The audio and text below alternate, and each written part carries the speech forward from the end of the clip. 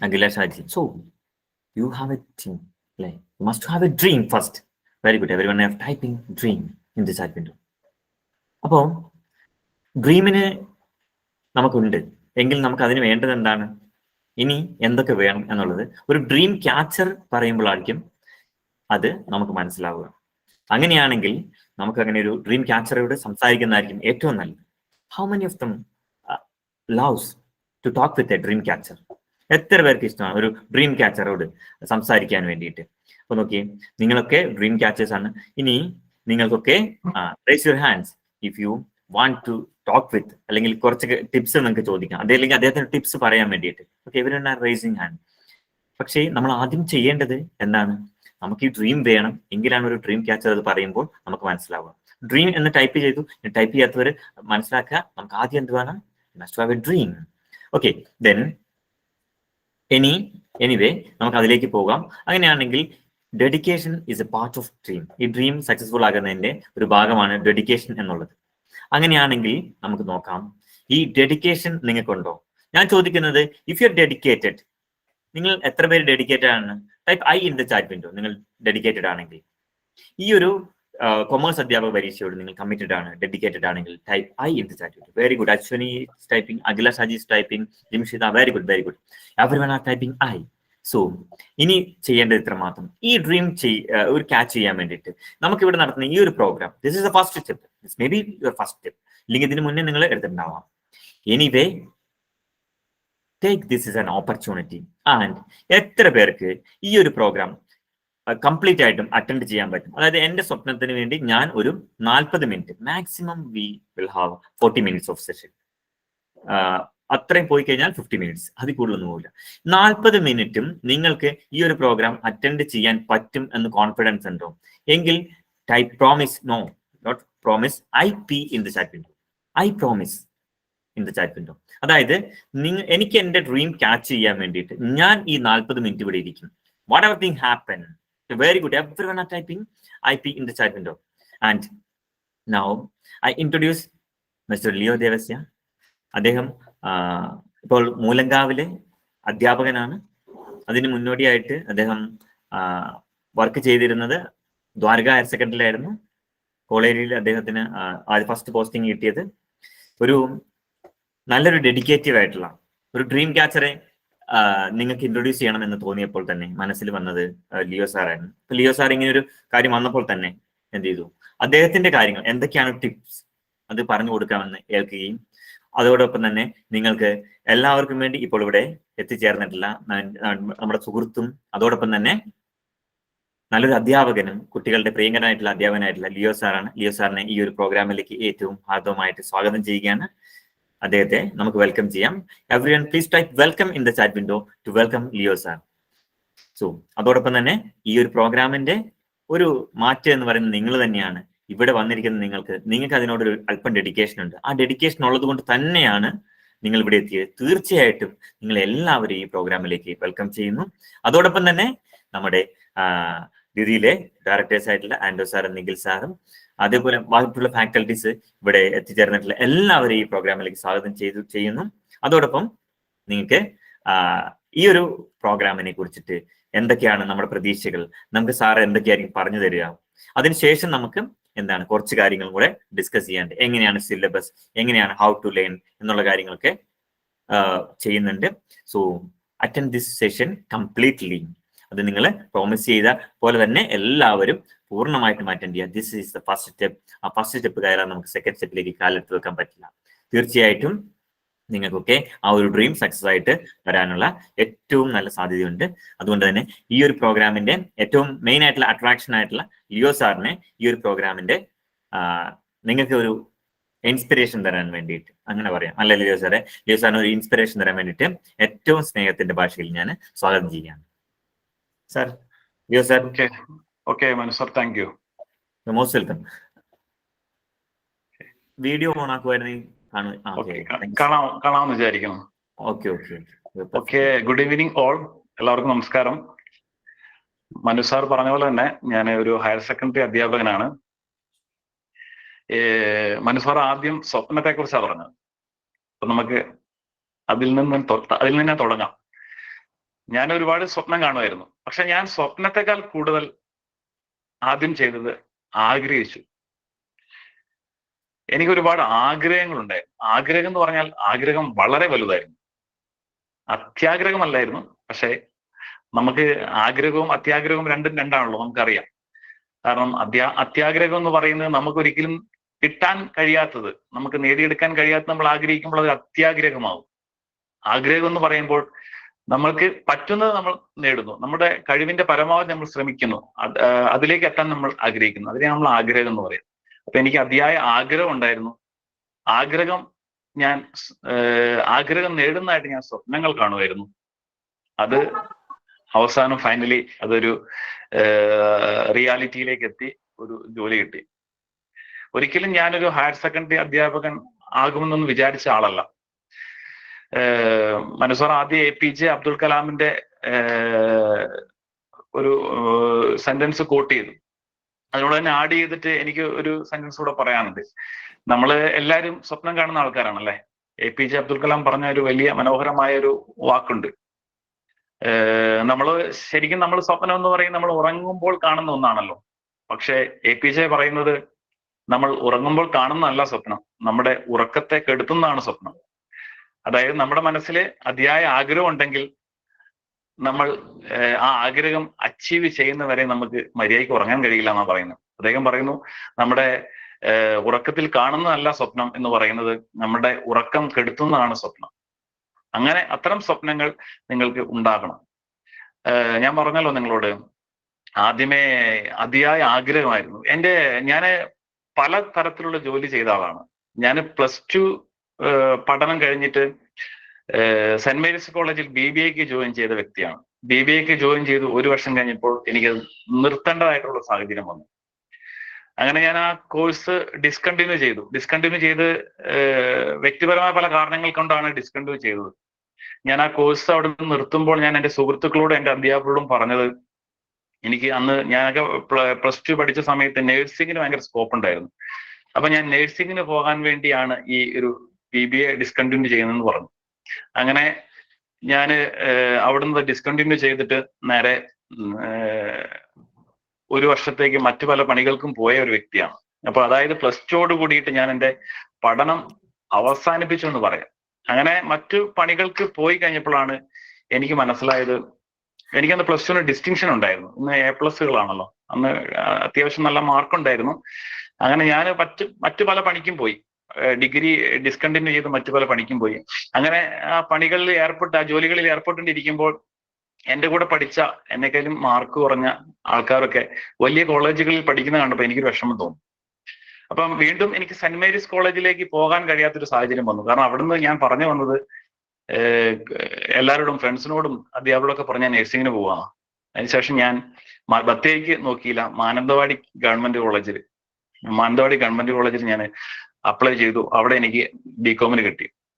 അങ്ങനെ BCom പഠിച്ചതിന് ശേഷം നമ്മുടെ ആഗ്രഹം എന്ന് പറയുന്നത് ജോലി കിട്ടുക എന്നുള്ളതാണല്ലോ. BCom കഴിഞ്ഞ ഉടനെ അത്യാവശ്യം നല്ല മാർക്കോട്ട് തന്നെ എനിക്ക് BCom പാസ്സാകാൻ കഴിഞ്ഞു. പക്ഷേ എൻ്റെ ജീവിതത്തില് ഞാൻ പറഞ്ഞല്ലോ, 1 വർഷം എൻ്റെ പോയി, +2 കഴിഞ്ഞ ശേഷം 1 വർഷം പോയി, പല പണികൾക്കായി പോയി.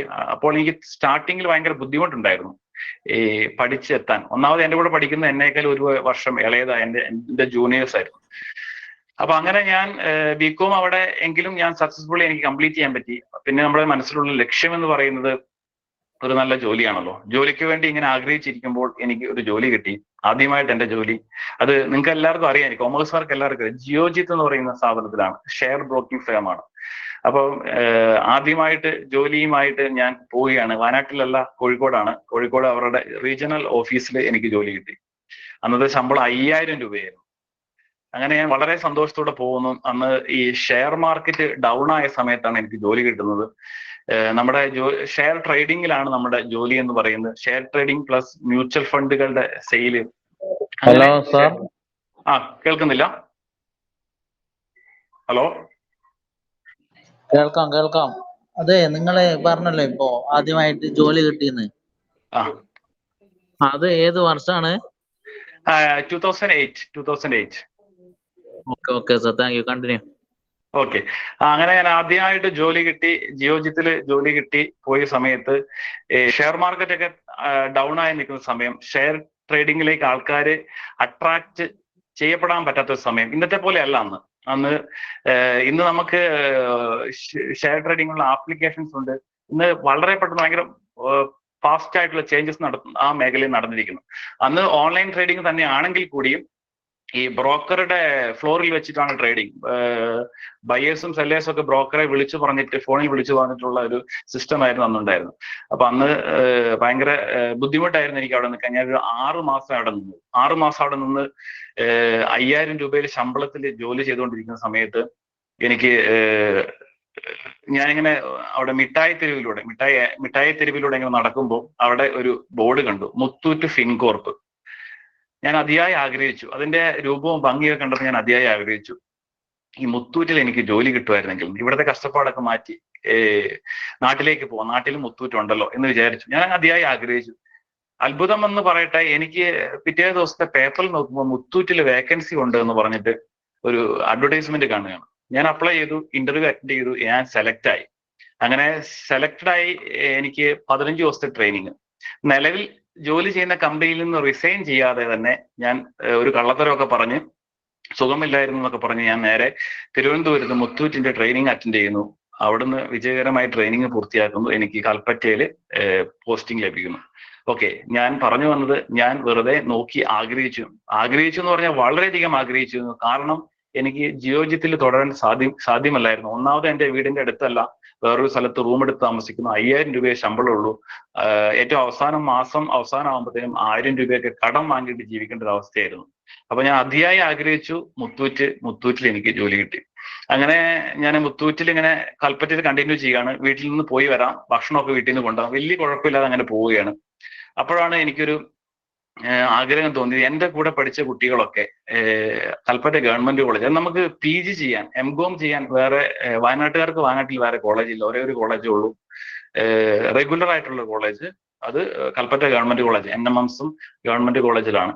അപ്പൊ എൻ്റെ കൂടെ പഠിക്കുന്ന കുട്ടികളൊക്കെ അവിടെ കുറെ പേരൊക്കെ അവിടെ ഇങ്ങനെ ജോലിക്ക് പഠിക്കാൻ വേണ്ടി അവർക്ക് അവിടെ സീറ്റ് കിട്ടി. അപ്പോൾ എനിക്ക് ഭയങ്കര വിഷമായി. എനിക്ക് അത്യാവശ്യം നല്ലോണം പഠിച്ച് മാർക്ക് വാങ്ങിയിട്ട് എന്തുകൊണ്ട് കിട്ടിയില്ല, പഠനത്തിലേക്ക് പോകാൻ കഴിഞ്ഞില്ല, ഭയങ്കര വിഷമായിരുന്നു. അതിയായ ആഗ്രഹം അവിടെ ഉണ്ടായി, കൽപ്പറ്റ ഗവൺമെന്റ് കോളേജിൽ പഠിക്കണമെന്ന്. ഞാൻ അവിടെ ആപ്ലിക്കേഷൻ കൊടുത്തു, മുത്തൂറ്റിൽ നിന്നുകൊണ്ട് അവിടെ ആപ്ലിക്കേഷൻ കൊടുത്തു. ആപ്ലിക്കേഷൻ കൊടുത്തതിന് ശേഷം, ഇന്നത്തെ ഓൺലൈൻ സംവിധാനം ഒന്നും അല്ല, മാനുവലി ആണ് ആപ്ലിക്കേഷൻ കൊടുക്കുന്നത്.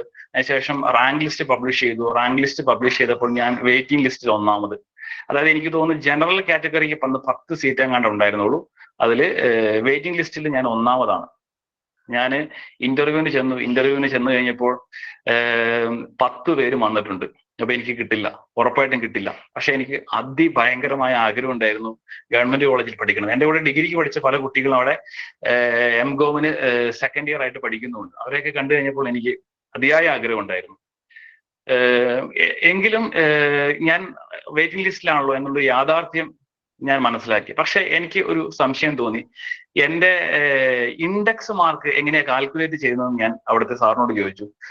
സാറിനോട് ചോദിച്ചു കഴിഞ്ഞപ്പോൾ സാർ അതിന്റെ ക്രൈറ്റീരിയ ഒക്കെ പറഞ്ഞു. ഞാൻ വെറുതെ ഒന്ന് കാൽക്കുലേറ്റ് ചെയ്തപ്പോൾ എനിക്ക് യഥാർത്ഥത്തിൽ കിട്ടേണ്ട ഇൻഡെക്സ് മാർക്ക് അല്ല എനിക്ക് അവിടെ കിട്ടിയിരിക്കുന്നത്. അപ്പൊ അതിലെന്തോ ഒരു മിസ്റ്റേക്ക് ഉണ്ടെന്ന് ഞാൻ മനസ്സിലാക്കി. ഞാനത് അധികാരികളെ ബോധ്യപ്പെടുത്തിയപ്പോൾ അവർക്ക് കാൽക്കുലേഷൻ എറർ ആയിരുന്നു, അവരുടെ ക്ലറിക്കൽ എറർ ആയിരുന്നു. അന്ന് കൃത്യമായിട്ടും ഓൺലൈൻ സംവിധാനം ഒന്നും അല്ല, കമ്പ്യൂട്ടർ സിസ്റ്റം ഒന്നും ഉപയോഗിച്ചിട്ടില്ല, അവരിങ്ങനെ വെറുതെ കൂട്ടിയിടുന്നായിരുന്നു. അപ്പൊ അവർക്കൊരു മിസ്റ്റേക്ക് സംഭവിച്ചായിരുന്നു. അപ്പോൾ തീർച്ചയായിട്ടും അവർ എനിക്ക് തരേണ്ടി വന്നു. എൻ്റെ സീറ്റിലേക്ക് കയറിയ കുട്ടീനെ പിന്തള്ളിക്കൊണ്ട് എനിക്ക് ആ സീറ്റ് തരേണ്ടി വന്നു. ഞാൻ വീണ്ടും ഇവിടെ പറയുന്നത് എൻ്റെ അതിയായ ആഗ്രഹം കാരണമായിരിക്കാം ഒരു പക്ഷേ ഞാൻ ഇൻഡെക്സ് മാർക്ക് കാൽക്കുലേറ്റ് ചെയ്യാൻ സാറിനോട് ആവശ്യപ്പെട്ടതും അതിലെ തെറ്റ് കണ്ടുപിടിക്കാൻ പറ്റിയതും.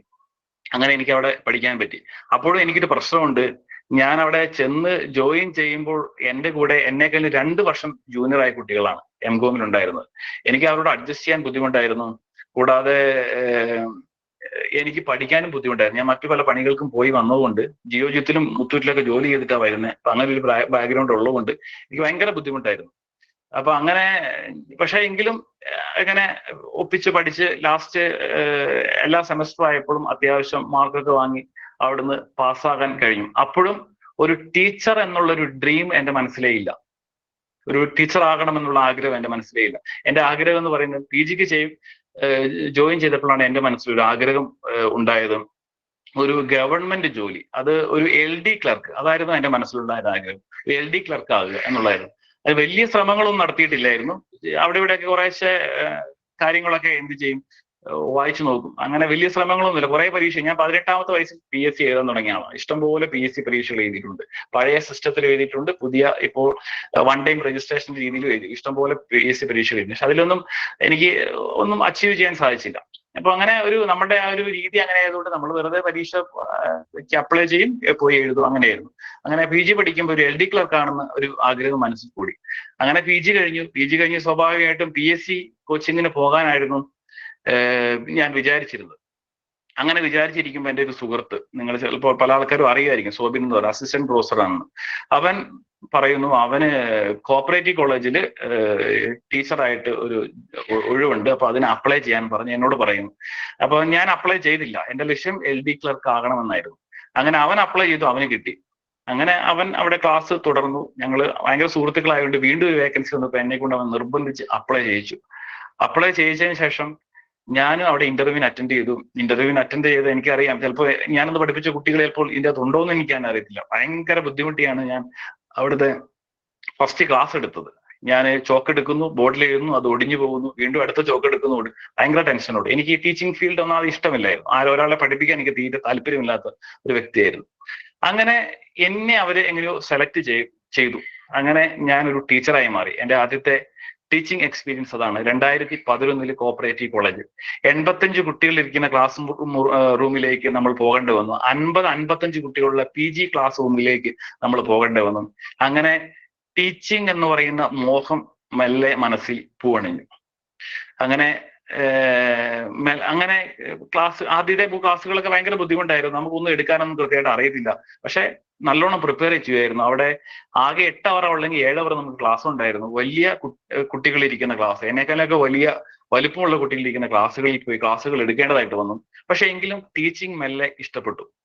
അങ്ങനെ ഒരു ടീച്ചർ ആകണം എന്നുള്ള ആഗ്രഹം മനസ്സിൽ ഉദിച്ചു. അതിൻ്റെ ഇടയ്ക്ക് നെറ്റൊക്കെ ക്വാളിഫൈ ചെയ്തിരുന്നു.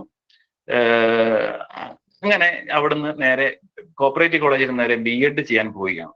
അങ്ങനെ BEd കഴിഞ്ഞു. BEd കഴിഞ്ഞ 2013 BEd കഴിഞ്ഞു. 2013 BEd കഴിഞ്ഞ ശേഷം ഒരൊറ്റ PSC പരീക്ഷ ഉണ്ടായില്ല. വളരെ വിഷമം തോന്നി.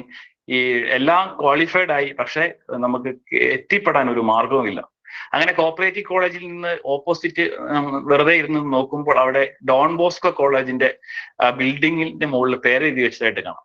അപ്പം ഒന്ന് ആഗ്രഹിച്ചു, കോപ്പറേറ്റീവ് കോളേജ് പാരലൽ കോളേജ് ആണല്ലോ, എങ്ങനെയെങ്കിലും ഒന്ന് ഡോൺ ബോസ്കോ കോളേജിൽ എത്തുമായിരുന്നെങ്കിൽ നല്ലതായിരുന്നു. അങ്ങനെ പാരലൽ കോളേജിൽ നിന്ന് അടുത്ത സ്റ്റെപ്പ് എന്നുള്ള രീതിയിൽ ഡോൺ ബോസ്കോ കോളേജിലേക്ക് എത്തി. അവിടെ ഇന്റർവ്യൂ അറ്റൻഡ് ചെയ്ത് അവിടെ എത്തി. അവിടുന്ന് ഒരുപാട് നമുക്ക് വളരാനുള്ള അവസരം കിട്ടി. നല്ലൊരു ടീച്ചർ ആകണം എന്നുള്ള മനസ്സിലുള്ള ആഗ്രഹം അവിടുന്ന് വളരെ ശക്തമായി തോന്നിയത് അവിടെ നിന്നാണ്. അങ്ങനെ അവിടെ പഠിപ്പിച്ചുകൊണ്ടിരിക്കുന്നു. നമുക്ക് PSC പരീക്ഷകളൊന്നും വരും. നമ്മൾ ക്വാളിഫൈഡ് ആണെങ്കിലും യാതൊരു തരത്തിലുള്ള PSC പരീക്ഷയും ഇല്ല. പിന്നെ കുറെ ആൾക്കാരൊക്കെ പൈസ ഉള്ള കുറെ ആൾക്കാരൊക്കെ പല സ്കൂളുകളിലും 30-40 ലക്ഷമൊക്കെ കൊടുത്ത് കയറുന്നു. അപ്പോൾ നമ്മുടെ മനസ്സിലുണ്ട്, ദൈവമേ എന്തിനാണ് ഇങ്ങനെ പഠിച്ചത്, ഒരു ജോലിയും കിട്ടിയില്ല, അത്രയും പഠിക്കേണ്ട ആവശ്യമില്ലായിരുന്നു. എൻ്റെ കൂടെയൊക്കെ പഠിച്ച് ഡിഗ്രി തോറ്റ ആൾക്കാരൊക്കെ പോലീസിലും ഫയർഫോഴ്സിലും ഒക്കെ കയറിയിട്ടുണ്ട്. പിന്നെ അല്ലാതെ തന്നെ LD ക്ലർക്ക് ആയിട്ടുണ്ട്, ബാങ്കിൽ ജോലി കിട്ടിയിട്ടുണ്ട്. നമ്മൾ അതിനൊന്നും ശ്രമിക്കാതെ ഇങ്ങനെ പഠിച്ചു പോയത് കൊണ്ട് എൻ്റെ ജീവിതം നഷ്ടപ്പെട്ടല്ലോ എന്നൊക്കെ ചിന്തയുണ്ടായിട്ടുണ്ട്.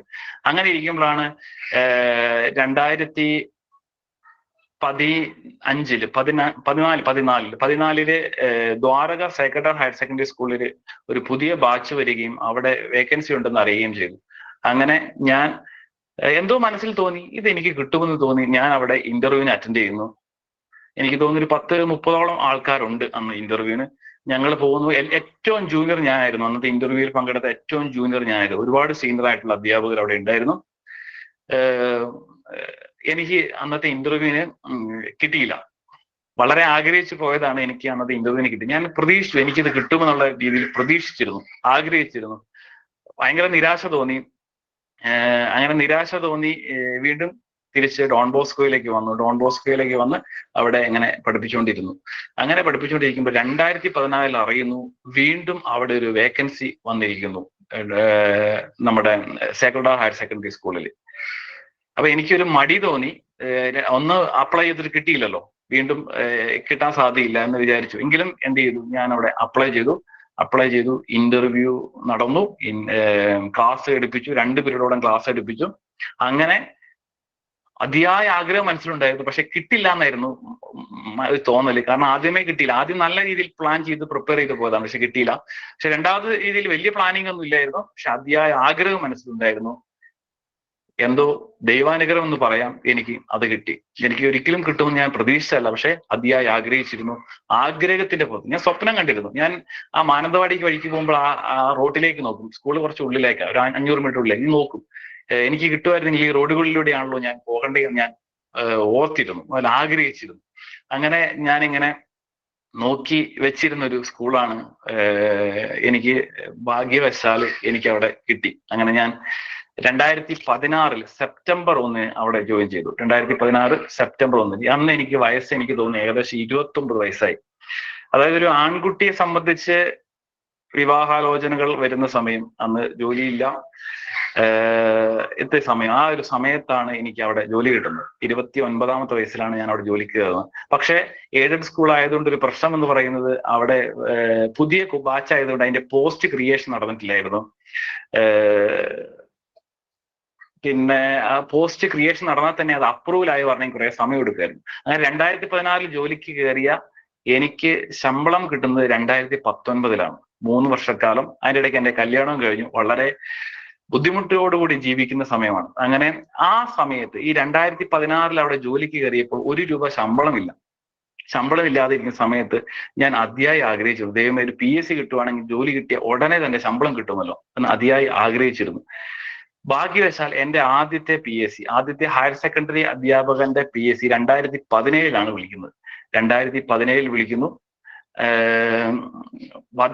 വല്ലാത്തൊരു ആഗ്രഹം ഉണ്ടാകാനുള്ള കാരണം എന്ന് പറയുന്നത്, എനിക്ക് അവിടെ ശമ്പളം കിട്ടിയില്ല, എൻ്റെ പോസ്റ്റ് അപ്രൂവൽ ആയിട്ടില്ല, കുറെ പ്രൊസീജിയർ ഉണ്ട്. അങ്ങനെ വളരെ വിഷമിച്ച് ഇരിക്കുന്ന സമയത്ത് 2017 PSC വിളിക്കുന്നു. ഭയങ്കര ആശ്വാസം, ഭയങ്കര ആവേശത്തോടെ വിളിച്ച് അന്ന് തന്നെ ഞാൻ അപ്ലൈ ചെയ്യുമ്പോൾ ചില സാങ്കേതിക പ്രശ്നങ്ങളുണ്ട്. ഇപ്പോഴും എൻ്റെ മനസ്സിൽ നിങ്ങളോട് പറയുമ്പോൾ എനിക്ക് ഓർമ്മ വരും. അന്ന് ഞാൻ MCOM ഫിനാൻസ് ആണ് കൊടുത്തത്. പക്ഷേ ഈ നമ്മൾ ക്വാളിഫിക്കേഷൻ സെലക്ട് ചെയ്യുമ്പോൾ എന്തോ പല MCOM ഫിനാൻസ് എന്ന് പറഞ്ഞ് കാണുന്നില്ലായിരുന്നു. എന്നിട്ട് അത് ടെൻഷനായി PSCയിലേക്ക് വിളിച്ചു പറഞ്ഞിട്ട് ഈ വൺ ടൈം ഒക്കെ ആരംഭിച്ച, എനിക്ക് തോന്നുന്നു ഈ വൺ ടൈം ആരംഭിച്ച ശേഷം നടക്കുന്ന ഇങ്ങനത്തെ PSC ആണെന്ന് എനിക്ക് തോന്നുന്നു, സംശയമുണ്ട്. അങ്ങനെ അങ്ങോട്ട് PSCയിലേക്ക് വിളിച്ചു പറഞ്ഞ് പിന്നീട് ഈ നോട്ടിഫിക്കേഷൻ ഡേറ്റ് ക്ലോസ് ചെയ്യുന്ന സമയത്ത് എങ്ങാണ്ടാണ് ഈ ഫിനാൻസ് എന്ന് പറഞ്ഞ ഓപ്ഷൻ ഒക്കെ വന്നതായിട്ട് എനിക്ക് ഓർമ്മയുണ്ട്. അങ്ങനെ കുറച്ച് ഒരു സാങ്കേതിക പ്രശ്നമുണ്ട്. മനസ്സിൻ്റെ ഉള്ളിൽ അതിയായ ആഗ്രഹം, പക്ഷെ മൊത്തം ഞെരുക്കങ്ങളും പ്രശ്നങ്ങളുമായിരുന്നു. അങ്ങനെ അവസാനം അത് അപ്ലൈ ചെയ്യാൻ കഴിഞ്ഞു. ഞാൻ അപ്ലൈ ചെയ്തു. പരീക്ഷ എഴുതിയ തീയതി വർഷം എനിക്ക് ഓർമ്മ കിട്ടുന്നു. 2017 വിളിച്ച് എനിക്ക് തോന്നുന്നു 18 പരീക്ഷ എഴുതിയെന്ന് എനിക്ക് തോന്നുന്നു. അങ്ങനെ പരീക്ഷ എഴുതിയപ്പോൾ ഞാൻ പഠിച്ചതിനേക്കാൾ കൂടുതൽ ഞാൻ അതിയായി ആഗ്രഹിക്കുമായിരുന്നു. കാരണം എനിക്ക് പഠിക്കാൻ അധികം സമയം കിട്ടിയില്ല. അതിനുള്ള കാരണം ഞാൻ വേറൊരു സ്ഥാപനത്തിൽ വർക്ക് ചെയ്യുന്നുണ്ട്, അവിടെ അപ്രൂവൽ ആയിട്ടില്ല, അവിടെ ഒരിക്കലും മോശമായിട്ട് പെർഫോം ചെയ്യാൻ കഴിയില്ല. അപ്പൊ ഞാൻ വല്ലാത്തൊരു മാനസിക സ്ഥിതി ആയിരുന്നു കേട്ടോ. എനിക്ക് ഈ ജോലി വേണമെന്ന് അതിയായ ആഗ്രഹം മനസ്സിൽ കിടന്ന് ഇങ്ങനെ തിളച്ചു മറിയുകയാണ്. നിങ്ങൾക്കത് എങ്ങനെ ഞാൻ പറയുമ്പോൾ എങ്ങനെ ഫീൽ ചെയ്യുമെന്ന് എനിക്കറിയത്തില്ല. എന്റെ മനസ്സിൽ ഇങ്ങനെയുണ്ട്, എനിക്ക് ഈ ജോലി വേണം. പക്ഷെ ഞാൻ എൻ്റെ അവധി ദിവസങ്ങൾ വരെ ഇപ്പൊ നിലവിൽ അവിടെ വർക്ക് ചെയ്യുന്ന സ്കൂളിൽ പോകേണ്ടി വന്നു. അതായത് അവിടുത്തെ ഒരു എംപ്ലോയി എന്ന നിലയിൽ അവിടുത്തെ കാര്യങ്ങൾ ഞാൻ ചെയ്യാൻ ബാധ്യസ്ഥനായിരുന്നു. അപ്പോൾ അവിടുത്തെ ജോലി ചെയ്യണം, ഈ ജോലി എനിക്ക് കിട്ടണം. അങ്ങനെ രണ്ടും കൂടെ ഭയങ്കര സംഘർഷാവസ്ഥയിലായിരുന്നു.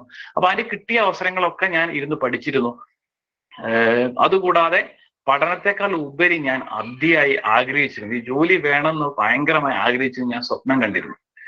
അങ്ങനെ പരീക്ഷ കഴിഞ്ഞു. പിന്നെ ഞാൻ അതിനെക്കുറിച്ച് വിട്ടു. പരീക്ഷയൊക്കെ കഴിഞ്ഞു, അതിനെക്കുറിച്ച് വിട്ടു.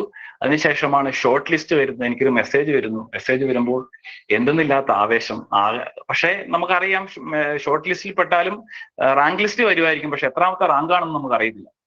അങ്ങനെ ഷോർട്ട് ലിസ്റ്റ് വന്നത് സന്തോഷമുണ്ടായി. സർട്ടിഫിക്കറ്റ്സ് ഒക്കെ അപ്ലോഡ് ചെയ്യണം. അങ്ങനെ സർട്ടിഫിക്കറ്റ്സ് ഒക്കെ അപ്ലോഡ് ചെയ്ത് ഇരിക്കുന്നു.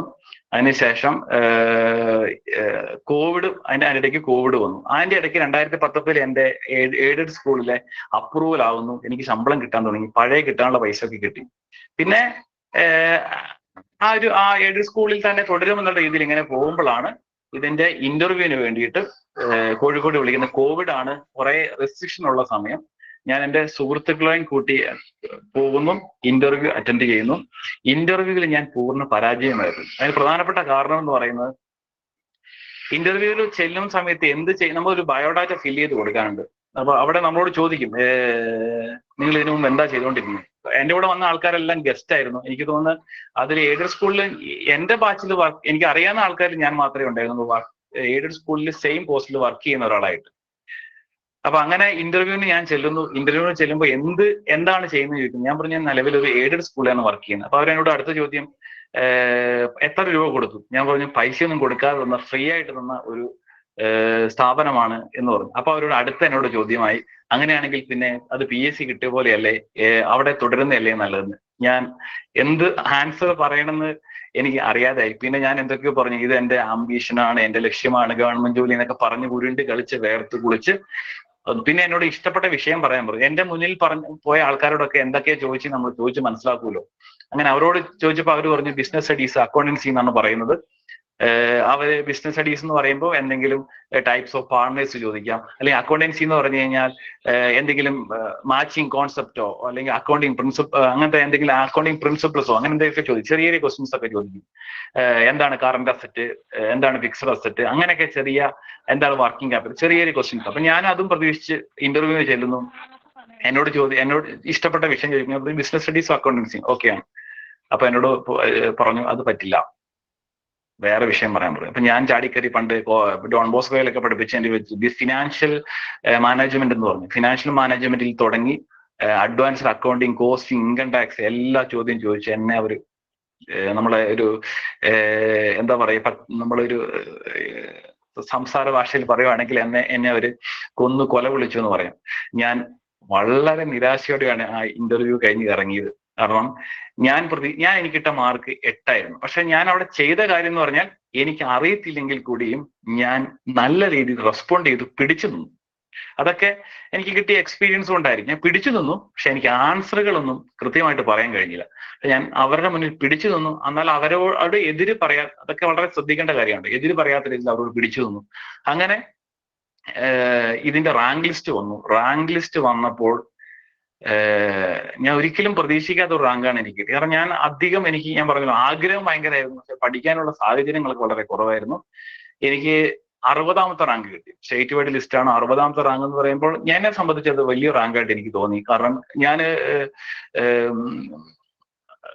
അധികം സമയമൊന്നും പഠിക്കാതെ എനിക്ക് കിട്ടിയ ഒരു ഇതാണ്. അപ്പൊ 60ാമത്തെ റാങ്ക് കിട്ടി. ഞാൻ ഇന്റർവ്യൂവിന്റെ മാർക്ക് നോക്കിയപ്പോൾ എനിക്ക് 12 മാർക്കുണ്ട്. ഏറ്റവും മാക്സിമം കൊടുത്തിരിക്കുന്നത് 14ആണ്. ഏറ്റവും കുറവ് 8 9 അങ്ങാണ്ട് മാർക്കാണ്. അപ്പൊ ഏറ്റവും മോശമല്ല, ഒരു 12 മാർക്ക് കിട്ടി. അപ്പൊ ഞാൻ അതിൽ സാറ്റിസ്ഫൈഡ് ആയി. അങ്ങനെ ആണ്. പിന്നെ കുറെ ലേറ്റ് ആയിട്ട് ഇതിന്റെ പുറകിൽ എന്തൊക്കെയോ കേസുകളൊക്കെ ഉണ്ടായിരുന്നു. 2020 എങ്ങാണ്ട് വന്ന ലിസ്റ്റാന്ന് തോന്നുന്നു എനിക്ക്, 20ഓ 21ഓ. എനിക്ക് പോസ്റ്റിംഗ് കിട്ടിയിട്ട് അധികം ആയിട്ടില്ല. അപ്പൊ ഞാൻ പറഞ്ഞു വരുന്നത് ഇത്രയേ ഉള്ളൂ, എന്റെ ലൈഫിൽ ഞാൻ ആഗ്രഹിച്ച സാധനം എനിക്ക് കിട്ടിയിട്ടുണ്ട്. ഞാൻ ഇനിയും നമുക്ക് മനുഷ്യനാണല്ലോ, നമ്മൾ മാത്സിലോടെ തിയറിയൊക്കെ പഠിക്കുന്ന ആൾക്കാരാണല്ലോ, പഠിപ്പിക്കുന്ന ആൾക്കാരാണല്ലോ. അപ്പോ മനുഷ്യന്റെ സ്വാഭാവികമായിട്ട് ഒരു നീഡ് നമ്മൾ സാറ്റിസ്ഫൈ ചെയ്യുമ്പോൾ അനദർ നീഡ് വിൽ അറൈസ്, അടുത്ത നീഡ് വരും, സ്വാഭാവികമാണ്. ഇപ്പൊ നിലവില് നമ്മൾ വളരെയധികം ആഗ്രഹിച്ച ഒരു ജോലിയാണ് കിട്ടിയത്. ഈ എയ്ഡഡിൽ വർക്ക് ചെയ്യുമ്പോൾ അവിടുത്തെ ശമ്പളം കിട്ടാത്തതുകൊണ്ട് അതിയായി ആഗ്രഹിച്ചു ഗവൺമെന്റിൽ എങ്ങനെയും കിട്ടണം. ഞാൻ അവിടുത്തെ മാനേജറോട് പറയുകയും കൂടെ ചെയ്തു, അച്ഛാ ഒരു ഗവൺമെന്റ് ജോലി കിട്ടുവാണെങ്കിൽ ഈ ബുദ്ധിമുട്ടൊന്നും ഉണ്ടായില്ലല്ലോ. അങ്ങനെ എന്തായാലും ഇവിടെ എനിക്ക് എത്താൻ കഴിഞ്ഞു. അപ്പൊ ഈ എത്താൻ കഴിഞ്ഞതിന്റെ ഒരു കാരണം എന്ന് പറയുന്നത് എന്റെ ആഗ്രഹമാണ്. അതിയായി ആഗ്രഹിച്ചു, ആഗ്രഹം സ്വപ്നം കണ്ടു, പിന്നെ അതിന്റെ കൂടെ അത്യാവശ്യം പഠിക്കുകയും ചെയ്തു. ഇതെല്ലാം കൂടെ കൂടിച്ചേർന്നപ്പോഴാണ് എനിക്ക് ഇങ്ങനെ ഒരു ജോലി നേടാൻ കഴിഞ്ഞത്. ഞാൻ എവിടെയും ആരെയും നിർബന്ധിച്ച് പറഞ്ഞ കാര്യങ്ങളൊന്നുമല്ല. ഇതെന്റെ ജീവിതം ഞാൻ നിങ്ങളോട് പറഞ്ഞാണ്. ഇതിന്റെ ഇടയ്ക്ക് കുറച്ച് സങ്കടകരമായ ബുദ്ധിമുട്ടുള്ള കാര്യങ്ങളൊക്കെ ഉണ്ട്. പക്ഷെ അത് ഞാൻ പറഞ്ഞിട്ട് നിങ്ങളുടെ നിങ്ങളെ അതിലേക്കൊന്നും കൊണ്ടുവരുന്നില്ല, പോസിറ്റീവായ കാര്യങ്ങൾ മാത്രമേ പറയുന്നുള്ളൂ. അപ്പോ ഈ സക്സസിലേക്ക് വരാൻ എനിക്ക് കാരണമായത് എൻ്റെ ആഗ്രഹമാണ്. ഞാൻ എൻ്റെ ഭാര്യയോട് തമാശയ്ക്ക് പറയാറുണ്ട്, ഞാൻ ഇങ്ങനെ നോക്കുന്ന സാധനങ്ങളൊക്കെ എനിക്ക് കിട്ടാറുണ്ട്. അത് നോക്കുക എന്ന് പറഞ്ഞാൽ ഞാൻ നോക്കി ആഗ്രഹിക്കാറുണ്ട്. ഈ പറഞ്ഞ കോപ്പറേറ്റീവ് കോളേജ്, ഞാൻ സെന്റ് മേരീസ് കോളേജിൽ, ഞാൻ നിങ്ങളോട് പറഞ്ഞിരുന്നു, സെന്റ് മേരീസ് കോളേജിൽ ഞാൻ ആ കോപ്പറേറ്റീവിന്റെ ഫ്രണ്ടിൽ കൂടിയാണ് പോകുന്നത്. അപ്പോൾ ഞാൻ അവിടെ ആഗ്രഹിച്ചിരുന്നു, ഈ കോപ്പറേറ്റീവ് കോളേജിൽ എങ്ങനെ ജോലി കിട്ടുക, ഇവിടെ ഒരു ജോലി കിട്ടുമായിരുന്നെങ്കിൽ എന്ന് ആഗ്രഹിച്ചിരുന്നു. ഞാൻ നിങ്ങളോട് പറഞ്ഞിരുന്നു, ഞാൻ കോപ്പറേറ്റീവിന്റെ ഓപ്പോസിറ്റ് ആണ് ഡോൺ ബോസ്കോ, അവിടെ എങ്ങനെയാണ് കിട്ടുക, അവിടെ കിട്ടുമായിരുന്നു നല്ലായിരുന്നു ഞാൻ ആഗ്രഹിച്ചു എന്ന് പറഞ്ഞു. അതുപോലെ തന്നെ ഈ ദ്വാരകയിൽ കൊമേഴ്സ് വരുന്നുമ്പോ അവിടെ കൊമേഴ്സ് വരാൻ സാധ്യതയുണ്ടെന്ന് അറിഞ്ഞിട്ട് ആദ്യമായി ആപ്ലിക്കേഷൻ കൊടുത്ത ആളാണ് ഞാൻ. അവിടെ കിട്ടണമെന്ന് അതിയായി ആഗ്രഹിച്ചിരുന്നു. പക്ഷെ ഫസ്റ്റ് ഇന്റർവ്യൂവിൽ ഫെയിലായി, കിട്ടിയില്ല. പക്ഷെ എങ്കിലും രണ്ടാമത് എനിക്ക് വേണ്ടി ഒരു ചാൻസ് ഉണ്ടാവുകയും എനിക്ക് അവിടെ കിട്ടുകയും ചെയ്തു. അവിടുന്ന് ഞാൻ അതിയായി ആഗ്രഹിച്ചിരുന്നു ഗവൺമെന്റിൽ കിട്ടുക എന്നുള്ളത്, അതും എനിക്ക് കിട്ടി. അപ്പൊ ഞാൻ ഭാര്യയോട് തമാശക്കെ പറയും, ഞാൻ നോക്കുന്ന എല്ലാ സാധനവും എനിക്ക് കിട്ടുമെന്ന്. അപ്പം അവളിപ്പോ പറയാറുണ്ട്, ഒരു കാര്യം ചെയ്യും ചേട്ടായി, തമാശക്ക് ചേട്ടായി ഒരു കാര്യം ചെയ്യും, നല്ല വലിയ വീടൊക്കെ ഒന്ന് നോക്കി വെക്കുക, അതേപോലെ നമുക്ക് ഒരെണ്ണം പണിയാമെന്ന്. അപ്പോ ഈ നോക്കുന്നതല്ല, ഇത് മനസ്സിൽ ഉള്ളിലുള്ള സാധനമാണ്. നമുക്ക് ഉള്ളിൽ നിന്ന് ഭയങ്കരമായിട്ട് തോന്നും, ഒരു വെപ്രാളം ഉണ്ടാവും. എനിക്ക് ആ വെപ്രാളം നല്ലോണം ഉണ്ടായിരുന്നു. കാരണം ഈ PSC പരീക്ഷ വരുന്നു, എനിക്ക് എൻ്റെ സ്കൂളിലെ കാര്യങ്ങൾ ചെയ്യണം, രണ്ടിന്റെ ഇടയ്ക്ക് കിടന്നുണ്ടാകുന്ന ആ വെപ്രാളത്തിൽ നിന്നുണ്ടായ ആഗ്രഹം, ആ ആഗ്രഹം വെച്ചിട്ട് ഞാൻ ഒരുപാട് സ്വപ്നങ്ങൾ കണ്ടു. അങ്ങനെയാണ് ഈ ഒരു ഗവൺമെന്റ് ഹയർ സെക്കൻഡറി സ്കൂളിൽ അധ്യാപകനാകാൻ കഴിഞ്ഞത്. എനിക്കൊക്കെ വളരെ ലേറ്റ് ആയിട്ടാണ് ഗവൺമെന്റിലേക്ക്, ഇപ്പൊ ഞാൻ 35-ാമത്തെ വയസ്സിലാണ് എനിക്ക് ഗവൺമെന്റിലേക്ക് എത്തുന്നത്. 30-ാമത്തെ വയസ്സിൽ എയ്ഡഡിൽ കയറി. അന്ന് അവസരങ്ങളില്ലായിരുന്നു. എന്റെ ഫസ്റ്റ്, ഞാൻ നിങ്ങളോട് പറഞ്ഞല്ലോ, ആദ്യത്തെ PSC ആണ് എനിക്ക് കിട്ടിയത്. ഞാൻ ക്വാളിഫൈഡ് ആയതിനു ശേഷമുള്ള ആദ്യത്തെ PSC. എനിക്ക് തോന്നുന്നത് കേരള PSC നടത്തുന്ന ഏറ്റവും ഉയർന്ന ക്വാളിഫിക്കേഷൻ യോഗ്യതയായിട്ടുള്ള ഒരു പരീക്ഷയാണ് ഹയർ സെക്കൻഡറി എക്സാമിനേഷൻ. അപ്പൊ നിങ്ങൾക്ക് സംശയം ഉണ്ടാവും, കോളേജിയേറ്റ് എക്സാം എഴുതുമ്പോൾ നമുക്ക് PGയും നെറ്റും മതി. നമുക്ക് ഹയർ സെക്കൻഡറി എഴുതണമെങ്കിൽ നിർബന്ധമായിട്ടും PGയും B.Edഉം നെറ്റ് ഓർ സെറ്റ് വേണം. അപ്പൊ ഏറ്റവും ഉയർന്ന ക്വാളിഫിക്കേഷനിൽ യോഗ്യതയായിട്ടുള്ള ഒരു പരീക്ഷയാണ്. അപ്പോ ഇത്രയാണ് നിങ്ങളോട് പറയാനുള്ളത്. നിങ്ങൾ ഭയങ്കരമായിട്ട് ആഗ്രഹിക്കുക, മനസ്സിലൊരു വെപ്രാളം ഉണ്ടാകട്ടെ. ഞാൻ ആദ്യം പറഞ്ഞ APJന്റെ കൊട്ടേഷനിലേക്ക് പറയാം, നമ്മളെ ഉറങ്ങുമ്പോൾ കാണുന്ന സ്വപ്നമല്ല യഥാർത്ഥ സ്വപ്നം, നമ്മളെ ഉറക്കാൻ സമ്മതിക്കാത്ത എന്തോ, അതാണെന്ത് നമ്മൾ യഥാർത്ഥത്തിൽ നമ്മുടെ സ്വപ്നം എന്ന് പറയുന്നത്.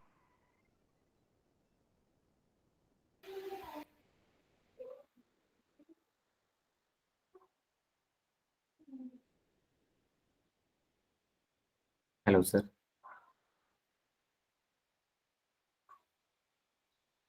ഓഡിബിൾ ആണോ നിങ്ങൾക്ക്? സ്റ്റക്ക് ആയി പോയി തോന്നുന്നു കേട്ടോ. സ്ട്രക്ക് ആയി പോയി. Okay, back. എന്തായാലും സാർ തിരിച്ചു വരുന്ന വിചാരിക്കാം. നമുക്ക് കുറച്ച് ഡൗട്ട്സുകൾ കൂടെ ചോദിക്കാനുണ്ട്. ഹൗ ടു പ്രിപ്പയർ എന്നുള്ളത്, സാർ എങ്ങനെ പ്രിപ്പയർ ചെയ്ത്? എനിക്ക് എന്തായാലും സാറിന്റെ ആ ഒരു ഇങ്ങനെ ഒരു ഓറിയന്റേഷൻ ആയിരിക്കും എന്ന് നമ്മൾ വിചാരിക്കും. കുറച്ച് ട്രിപ്സ് കാര്യങ്ങളൊക്കെയാണ്, but actually different method sir use ചെയ്ത ഡിഫറെന്റ് മെത്തേഡാണ്. എനിക്ക് ഇവിടെ എത്ര പേര് ദ്വിതീയയിൽ ഇപ്പൊ ജോയിൻ ചെയ്തിട്ടില്ലേ ഈ കുട്ടികളുണ്ട്? Type DS, D for Dwithi and S for student. എത്ര പേരൊന്ന് ടൈപ്പ് ചെയ്യുമോ ദ്വിതീയയിൽ ഇപ്പൊ നിലവിൽ ജോയിൻ ചെയ്തിട്ടുള്ള കുട്ടികൾ? Okay, Jamshitha, okay, very good. Jamshitha, Deepa, okay, very good. Thank you so much. Okay, നമുക്ക് ഇതിനു വേണ്ടി തന്നെ ഒരു പ്രോഗ്രാം തന്നെ നമ്മൾ ചെയ്യുന്നുണ്ട് കേട്ടോ. ക്രിയേറ്റീവ് വിഷ്വലൈസേഷൻ മെഡിറ്റേഷൻ എന്ന് പറയുന്ന ഒരു പ്രോഗ്രാം തന്നെ ഏർലി മോർണിംഗ് 5:30 ചെയ്യുന്നുണ്ട്. എങ്ങനെയാണ് നമുക്ക് ഡ്രീമിനെ ഒരു ബേണിംഗ് ഡിസയർ ആക്കി മാറ്റാൻ പറ്റുക. പ്ലസ് നമ്മൾ ഹീലിംഗ് ടെക്നിക്ക്, ഇതൊക്കെ ബോണസ് ആയിട്ട് നമുക്ക് നിങ്ങളുടെ ഒരു കോഴ്സിൽ ജോയിൻ ചെയ്യുമ്പോൾ തന്നെ കിട്ടുന്നതാണ്. ഇനി എനിക്ക് ചോദിക്കാനുള്ളത്, സാർ ആ ഡ്രീം പറഞ്ഞ കൂട്ടത്തിൽ എങ്ങനെ ആഡ് ചെയ്താണ്, സാറ് ജോയിൻ ചെയ്യുമെന്ന് വിചാരിക്കുന്നു. അങ്ങനെയാണെങ്കിൽ തീർച്ചയായിട്ടും നമുക്ക് അതിനെ കുറിച്ചിട്ട് പറയാം. ഓക്കെ, എനിവേ, ഇതാണ് എനിക്ക് ചോദിക്കാനുള്ളത്. നിങ്ങൾക്ക് നിങ്ങളുടെ ഒരു ഡ്രീം ക്യാച്ച് ചെയ്യാൻ വേണ്ടിയിട്ട് അതിന്റെ വാല്യൂ എത്രയായിരിക്കും എന്നുള്ളത് നോക്കി കഴിഞ്ഞാൽ, ഓക്കെ, നിങ്ങൾക്ക് ഒരു ജോലി കിട്ടുവാണെങ്കിൽ, ഒരു ഹയർ സെക്കൻഡറി അധ്യാപകനായിട്ട് ജോലി കിട്ടുവാണെങ്കിൽ എത്ര രൂപ നിങ്ങൾ ചെലവാക്കേണ്ടി വരും? മിനിമം എത്ര രൂപ കൊടുത്താലാണ് നിങ്ങൾക്ക് ആ ജോലി കിട്ടുക? ഒരു 50 lakh rupees അല്ലെങ്കിൽ 30-40 lakhs rupees കൊടുക്കണം. അത്രയും വലിയൊരു പോസ്റ്റിന് വേണ്ടി നമ്മൾ വർക്കൗട്ട് ചെയ്യുമ്പോൾ എത്രമാത്രം നല്ല രീതിയിൽ വർക്കൗട്ട് ചെയ്യണം, എത്രമാത്രം നല്ല രീതിയിൽ നമ്മളിനെ കാണണം. ഇതാണ് നമ്മൾ ആദ്യം മനസ്സിലാക്കേണ്ടത്. അപ്പൊ അതിനു വേണ്ടിയിട്ട് നമ്മളൊരു പ്രിപ്പറേഷൻ സ്റ്റാർട്ട് ചെയ്യുമ്പോൾ ഹൗ മച്ച് എമൗണ്ട്, അല്ലെ, നമ്മളിവിടെ ഒരു കോച്ചിങ് ആരംഭിച്ചിട്ടുണ്ട്. അപ്പോൾ കോച്ചിങ്ങിന് വേണ്ടിയിട്ട് ഏറ്റവും സിംപ്ലിഫൈഡ് ആയിട്ടുള്ള മെത്തേഡ്, ഓക്കെ, ഞാൻ ഞങ്ങൾ സാധാരണഗതിയിൽ ഇങ്ങനെ ഒരു കോച്ചിങ്ങിന് വേണ്ടിയിട്ട് സാധാരണ എല്ലാവരും ചാർജ് ചെയ്യുന്നത് 20,000 30,000 റുപ്പീസ് ഒക്കെയാണ്. But Jyothi centre for excellence is very different in all aspects and we are charging 15,000. But we are giving the students at 10,000 റുപ്പീസിനാണ് നമ്മൾ ഈ കോഴ്സ് കുട്ടികൾക്ക് കൊടുക്കുന്നത്. ഓക്കെ, നൗ അപ്പോൾ നമ്മൾ വിചാരിക്കും 10,000 rupees is a big amount. But actually you can join the class just by paying. എന്താണ്, നിങ്ങളൊരു ഫിലിമിന് പോയി കഴിഞ്ഞാൽ, നിങ്ങളൊരു ഫാമിലി ആയിട്ട് ഫിലിമിന് പോകാൻ വിചാരിച്ചു, നിങ്ങളാണ് പണം മുടക്കുന്നെങ്കിൽ how much amount you spend for getting ഒരു സാറ്റിസ്ഫാക്ഷൻ കിട്ടാൻ വേണ്ടി നമ്മൾ എത്ര ചെയ്യും? It's more than 1,000. Am I correct? Yes or no?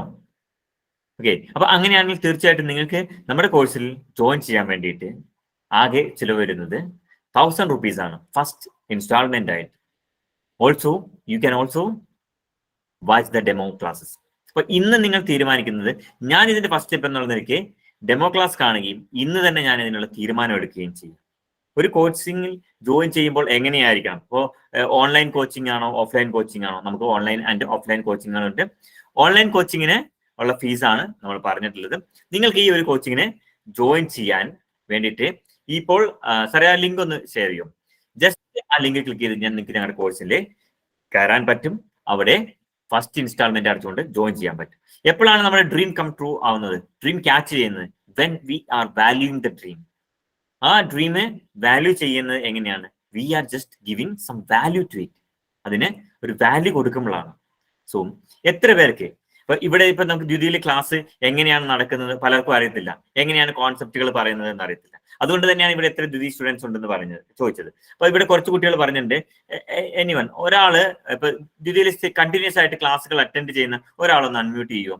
നമ്മുടെ ക്ലാസ്സിനെ കുറിച്ചിട്ട് മറ്റുള്ളവർക്ക് അറിയിക്കാൻ വേണ്ടിയിട്ടാണ്.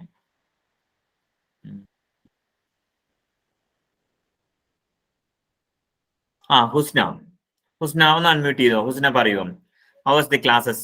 നമ്മളെ കോൺസെപ്റ്റുകൾ പഠിക്കുന്നതും കാര്യങ്ങളൊക്കെ. Good evening all. Good evening Husna, very good evening. ക്ലാസ്സിന് ഞാനിപ്പോ HSST കൊമേഴ്സിന്റെ ആ ഒരു ബാച്ചിലാണ് ഞാൻ ജോയിൻ ചെയ്തിരിക്കുന്നത്. ക്ലാസ്സിനെ കുറിച്ച് ഒറ്റ വാക്കിൽ പറയുകയാണെങ്കിൽ സിമ്പിൾ ആൻഡ് ഹംബിൾ എന്ന് പറയാം. കാരണം നമ്മൾ പഠിച്ച രീതിയിൽ നമ്മൾ കൂടുതലും ബൈ ഹാർട്ട് ആക്കിയിട്ടായിരിക്കും മിക്ക ഇക്വേഷൻസും കാര്യങ്ങളും എല്ലാം പഠിക്കുന്ന സമയത്ത് പഠിച്ചിട്ടുണ്ടാവുക. ഒരിക്കലും അതിന്റെ ലോജിക്ക് അല്ലെങ്കിൽ അതിന്റെ കൺസെപ്റ്റിനെ കുറിച്ച് നമ്മൾ ചിന്തിക്കാറില്ല. പക്ഷെ ഇപ്പൊ നമ്മൾ ഈ ക്ലാസ് ഏറ്റവും സിമ്പിൾ ആയിട്ട് ഏറ്റവും ലൈറ്റ് ആയിട്ടാണ് നമുക്ക് മനസ്സിലാവുന്നത്. അതായത് ഒരു ഇക്വേഷൻ പഠിച്ചാൽ തന്നെ ഈവൻ ആ ഒരു കൺസെപ്റ്റിൽ നിന്ന് നമുക്ക് പല ഇക്വേഷൻസും ഡിറൈവ് ചെയ്യുന്നത് എങ്ങനെയാന്ന് മനസ്സിലാവും. ബൈ ഹാർട്ട് ആക്കേണ്ട കാര്യമല്ല. ഈവൻ നമുക്ക് അതിൽ നിന്ന് നോട്ട്സ് കിട്ടും. സിമ്പിൾ ആയിട്ട് നമ്മുടെ ലാംഗ്വേജിൽ നമുക്ക് നോട്ട്സ് എഴുതിയെടുക്കാം. അതോടൊപ്പം തന്നെ ഈവൻ നമുക്ക് ചോദിച്ചാൽ ഇപ്പൊ ഇന്നത്തെ ക്ലാസ് കഴിഞ്ഞ് 2 ദിവസം കഴിഞ്ഞാലും ഈവൻ ആ ഒരു ഇക്വേഷൻ നമ്മുടെ മൈൻഡിൽ ഉണ്ടാവും. അത് പെട്ടെന്ന് നമുക്ക് അങ്ങനെ മറന്നു പോകുന്ന ഒരു രീതിയിലേക്കല്ല, അത്രയും സിമ്പിൾ ആയിട്ട് സാർ അത് നമുക്ക് മനസ്സിലാക്കി തരുന്നുണ്ട്. സോ മച്ച് സാറേ. ലിയോ സാറ് ഇപ്പൊ ഇതെന്ന് പറഞ്ഞിട്ടുണ്ടായിരുന്നു. ലിയോ സാർ എത്തിയോ? Hi Leo sir. Leo sir എത്തുമ്പോൾ നമുക്ക് ക്വസ്റ്റ്യൻസ് നിങ്ങൾക്ക് ചോദിക്കാനുള്ളതൊക്കെ ചോദിക്കാം കേട്ടോ. ഹൗ ടു പ്രിപ്പയർ, സാർ എങ്ങനെ പ്രിപ്പയർ ചെയ്തത്, അല്ലെങ്കിൽ എങ്ങനെയാണിത് ചെയ്യേണ്ടതെന്നുള്ളതൊക്കെ നമുക്ക് ഒന്ന് ഒരാളും കൂടെ നമുക്ക് ചോദിക്കാം. ഇനി ഒരാളും കൂടെ ഒന്ന് DS ടൈപ്പ് ചെയ്യോ, ദ്വിതീയ സ്റ്റുഡന്റ് എന്ന്. കണ്ടിന്യൂസ് ആയിട്ട് ക്ലാസ്സുകൾ അറ്റൻഡ് ചെയ്യുന്ന ആളുകൾ പറയും.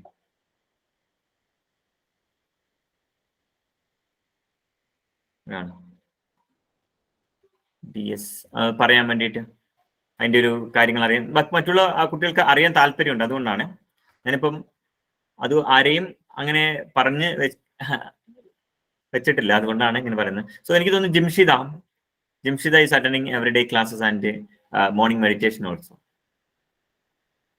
Hello sir, കേൾക്കാമോ? Okay, Jimshida പറയൂ. Good evening all. ഞാനൊരു 6 മാസമായിട്ട് ദ്വിതീയിൽ ക്ലാസ്സുകൾ അറ്റൻഡ് ചെയ്തുകൊണ്ടിരിക്കുന്ന ആളാണ്. പ്രത്യേകിച്ച് പറയാനുള്ള കാര്യം എന്ന് പറയുന്നത് കോൺസെപ്റ്റ് വളരെ ക്ലിയർ ആയിട്ട് നമുക്ക് മനസ്സിലാക്കി തരും. അത് കൂടാതെ തന്നെ ഇപ്പോൾ ക്ലാസ്സിനേക്കാൾ ഉപരി മെഡിറ്റേഷൻ, സാർ പറയുന്ന മെഡിറ്റേഷൻ ക്ലാസ്സാണ് എനിക്ക് എൻ്റെ ജീവിതത്തിൽ കുറേ ഏറെ മാറ്റം കൊണ്ടുവന്നൊരു കാര്യം. നല്ല കോൺഫിഡൻ്റ് ആയിട്ട് നമുക്ക് അറ്റൻഡ് ചെയ്യാൻ പറ്റും. ക്വസ്റ്റ്യൻ വന്നു. ഞാനിപ്പോൾ ഒരു KV എക്സാം അറ്റൻഡ് ചെയ്തിട്ടുണ്ടായിരുന്നു. ഞാൻ കാര്യമായിട്ട് പഠിച്ചിട്ടൊന്നുമില്ല. പെട്ടെന്നായിരുന്നു എക്സാം. നമുക്ക് കുറേ സമയമൊന്നും കിട്ടിയില്ല പഠിക്കാൻ. എന്നാലും നല്ല രീതിയിൽ അറ്റൻഡ് ചെയ്യാൻ പറ്റി. അത് സാറിന്റെ ഒരു ക്ലാസ്സിന്റെ കഴിവുകൊണ്ട് കൂടെയാണ് ഞാൻ വിശ്വസിക്കുന്നത്. Thank you so much. ഇനി നമുക്ക് സാറേ ജിയോ സാർ ഉണ്ടേ. Okay Leo sir. Sir just ഒന്ന് ബ്രേക്ക് ആയതുകൊണ്ട് നമ്മൾ ഒന്ന് കുട്ടികൾക്ക് കോഴ്സിനെ ഒന്ന് ഇൻട്രോഡ്യൂസ് ചെയ്താണ്. Sir come back. Leo sir, താങ്കളോട് സംസാരിക്കുവാനായിട്ട് സ്റ്റുഡൻസ് ഉണ്ട്, അവർക്ക് അറിയാൻ ആഗ്രഹമുണ്ട്. ബാറ്ററി തീർന്നുകൊണ്ട് കട്ടായി പോയതാ. കേൾക്കാമോ ഞാൻ പറയുന്നത്? ഓക്കെ. കേൾക്കാം. Okay fine. ശരി.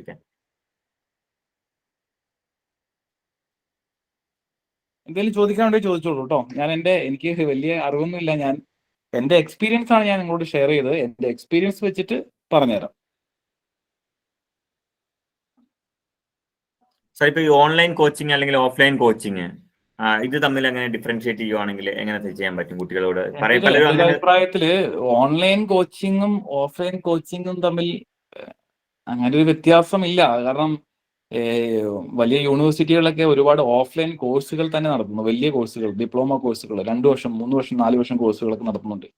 അപ്പോൾ ഓൺലൈൻ ഓഫ്ലൈൻ എന്ന് പറയുന്ന ഒരു വ്യത്യാസം നമ്മൾ ഇപ്പോൾ കാണേണ്ടതല്ല ഈ കാലഘട്ടത്തിൽ. കാരണം പെട്ടെന്ന് നമ്മൾ അറിയാലോ, കോവിഡൊക്കെ വന്നപ്പോൾ എല്ലാം ഓൺലൈൻ സംവിധാനത്തിലോട് ആയി. ഇതില് ഓൺലൈൻ ആയാലും ഓഫ്ലൈൻ ആയാലും നമ്മൾക്ക് വേണ്ടത് എന്ന് പറയുന്നത് നമുക്ക് ആഗ്രഹമാണ്, കൂടാതെ നമ്മുടെ ഡെഡിക്കേഷനും. സമയം സ്പെൻഡ് ചെയ്യണം. ഞാൻ നിങ്ങളോട് പറഞ്ഞല്ലോ, ഞാൻ അതിൻ്റെ ഇടയ്ക്ക് എനിക്ക് കൃത്യമായി ടൈം ടേബിൾ ഉണ്ടാക്കിയിട്ട് ഞാൻ പഠിച്ചത്. നമുക്കൊരു 12ഓളം വിഷയങ്ങൾ ഉണ്ടായിരുന്നു പഠിക്കാൻ.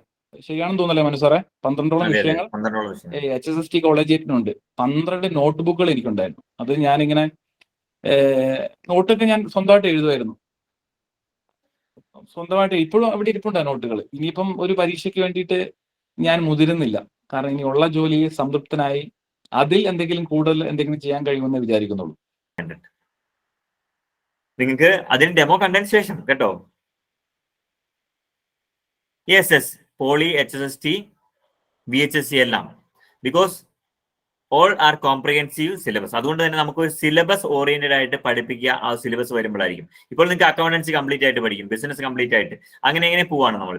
ഇപ്പൊ നമ്മൾ പ്രോബബിലിറ്റി പഠിപ്പിക്കുന്നുണ്ട്, ഇവർക്ക് ഡ്യൂട്ടി ചെയ്യുന്നുണ്ട്. സോ അത് that may or may not be in the syllabus, but എന്ത് ചെയ്യും, എടുക്കും. കാരണം നമ്മൾ കംപ്ലീറ്റ് സിലബസും കവർ ചെയ്തതിന് ശേഷം വരുന്ന സിലബസിൽ എന്താണോ കവർ ചെയ്യാത്തത് അതാണ് നമ്മൾ പിന്നെ അഡീഷണൽ ആയിട്ട് കവർ ചെയ്യുക.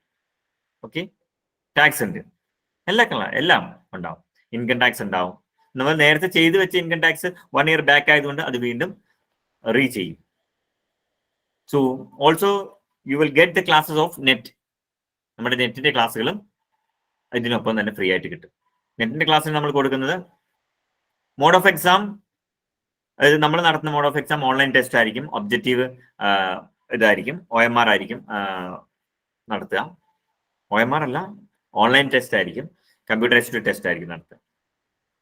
Then also we will make you a perfect question maker. ഒരു ക്വസ്റ്റ്യൻ എങ്ങനെ ഉണ്ടാക്കാം എന്നുള്ളതും പഠിപ്പിച്ചു തരും. ഓക്കെ, കാരണം നിങ്ങൾക്ക് ഈ ഗ്രൂപ്പിലുള്ള കുട്ടികളോട് ചോദിച്ചറിയാം, അവർക്ക് ഒരു ക്വസ്റ്റ്യൻ ഉണ്ടാക്കാൻ പേടി ഉണ്ടാവില്ല. They are able to make questions. നമ്മൾ ആദ്യം ക്വസ്റ്റ്യൻ ആൻസർ ചെയ്യാൻ പഠിക്കുന്നതിന് പകരം ക്വസ്റ്റ്യൻ ഉണ്ടാക്കിയാണ് പഠിക്കേണ്ടത്. അപ്പൊ നമുക്ക് ക്വസ്റ്റ്യനെ ആൻസർ ചെയ്യാൻ പേടി ഉണ്ടാവില്ല. ഓക്കെ, അത്തരം ഒരു മെത്തേഡും കൂടെ നമ്മൾ ഇവിടെ ഉപയോഗിക്കുന്നുണ്ട്. Okay, then any more doubts? So ഇന്ന് തന്നെ ഈ ഒരു തീരുമാനം എടുത്തു, ഞാൻ ഇന്ന് തന്നെ ജോയിൻ ചെയ്യുന്നു. ഓക്കെ, അങ്ങനെ പറയുന്ന എത്ര പേരുണ്ട്? Raise your hands please. നിങ്ങൾക്ക് ഇന്ന് തന്നെ ജോയിൻ ചെയ്യാൻ താല്പര്യമുണ്ട് after seeing the demo class. Okay, ഞങ്ങൾ ഒരിക്കലും ഡെമോ ക്ലാസ് കാണാതെ നിങ്ങളോട് ജോയിൻ ചെയ്യാൻ പറയുന്നത്. ഓക്കെ, നിങ്ങൾ ഡെമോ ക്ലാസ് കണ്ടോളൂ. ഇപ്പൊ അക്കൗണ്ടൻസിന്റെ ക്ലാസ്സുകൾ നിങ്ങൾക്ക് കാണാം. ക്യൂട്ടിന്റെ ക്ലാസിന്റെ ഫീഡ്ബാക്ക് ആണ് ഹുസ്ന തന്നിട്ടുള്ളത്. Equations can be learn very easily. പലർക്കും അത് ബുദ്ധിമുട്ടായിട്ട് തോന്നും. സോ നമ്മൾ ഇന്ന് എന്ത് ചെയ്യുന്നു, ഒക്കെ അൺബ്ലോക്ക് ചെയ്ത് നിങ്ങൾക്ക് കാണാൻ പറ്റുന്ന രീതിയിലാക്കുന്നു. നിങ്ങൾക്ക് അത് എൻജോയ് ചെയ്യാം. So you just click the link and sign up first. Okay, ആ ചാറ്റ് വിൻഡോയിൽ വന്നിട്ടുള്ള ആ ലിങ്കിൽ ഒന്ന് ക്ലിക്ക് ചെയ്യാം, അതിൽ കയറി. Okay, if you once registered will contact you. Okay, also you can directly purchase the course from there. You just pay only 1,000 rupees. Pay 1,000 and start cracking your dream now. Okay, I think Hope you understand all the details of the course and how to crack the dream. അത് deo sir നല്ലതുപോലെ പറഞ്ഞു തന്നിട്ടുണ്ട്. എങ്ങനെയാണ് prepare ചെയ്യേണ്ടതെന്നുള്ളതും പറഞ്ഞു തന്നിട്ടുണ്ട്. നിങ്ങൾക്ക് എന്തെങ്കിലും doubts ഉണ്ടെങ്കിൽ ചോദിക്കാവുന്നതാണ്.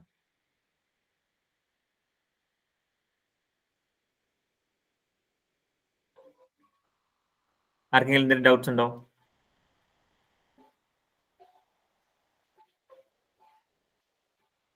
No. So you are interested in joining. Everyone, Agilash, Rajin, everyone are raising hands. That means നിങ്ങൾക്ക് അത് ജോയിൻ ചെയ്യാൻ താല്പര്യമുണ്ട്. കാരണം നമുക്കിവിടെ ആപ്പില് കൊടുക്കുന്ന ക്ലാസ്സുകൾ അവർക്ക് മാത്രം സ്പെസിഫിക് ആയിട്ട് ഉള്ള സിലബസ് ഉണ്ടാവും, HST അല്ലെങ്കിൽ പോളിടെക്നിക്കിന്. അതിന് വേണ്ടിയിട്ട് ജോയിൻ ചെയ്യാൻ നിങ്ങൾക്ക് താല്പര്യമുണ്ട്. തീർച്ചയായിട്ടും ഞങ്ങൾ അത്രയും നല്ല ഓരോരോ സ്റ്റെപ്പ് ബൈ സ്റ്റെപ്പ് ആയിട്ട് ദ്വിതിയുടെ വളർച്ചയിലോട്ട് നിങ്ങൾ നോക്കുവാണെങ്കിൽ ക്ലാസ്സുകളുടെ ഇംപ്രൂവ്മെന്റ്സും അതേപോലെ നമ്മുടെ ആപ്പില് വളരെ സ്പെസിഫിക് ആയിട്ടുള്ള ക്ലാസ്സുകളുമാണ് നിലവിൽ കൊടുത്തുകൊണ്ടിരിക്കുന്നത്. Okay, then if you have any doubt you can ask. കൂടുതലായിട്ട് എന്തെങ്കിലും ആഡ് ചെയ്യേണ്ടെങ്കിൽ സാറേ? ജിസ്ന പറയും. ജിസ്ന പറഞ്ഞോളൂ. ജിസ്ന അൺമ്യൂട്ട് ചെയ്തല്ലോ.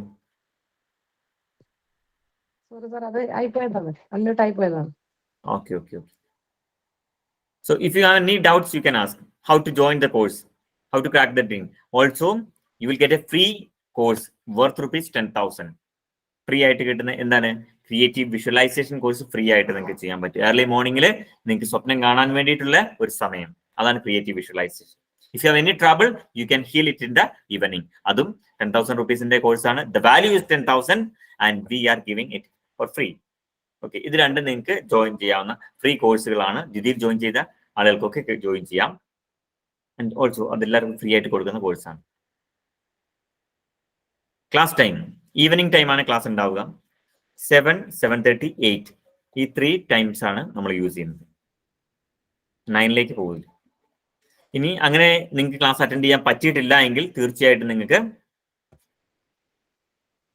റെക്കോർഡിംഗ് കാണാവുന്നതാണ്. U will get the recording after 2 hours. 2 hours നിങ്ങൾക്ക് റെക്കോർഡിങ്സ് അവൈലബിൾ ആയിരിക്കും. ഓട്ടോമാറ്റിക്കലി അത് അവിടെ റെക്കോർഡ് ചെയ്തിട്ട് കിടക്കും. നിങ്ങൾക്ക് അത് കാണാം അറ്റ് എനി ടൈം. എത്ര പ്രാവശ്യം വേണമെങ്കിലും കാണാം. അത് നിങ്ങളുടെ HSTന്റെ എക്സാം കഴിയുന്നവരെ കാണാൻ പറ്റും. HST വിളിച്ചിട്ടില്ല എന്ന് ഓർത്ത് നോക്കുക. അതിന്റെ കൂടെ കൂടിയിട്ടാണ് ഇതിൽ വരുന്നത്. ക്ലാസ്സുകൾ കണ്ടു നോക്കൂ. തീർച്ചയായിട്ടും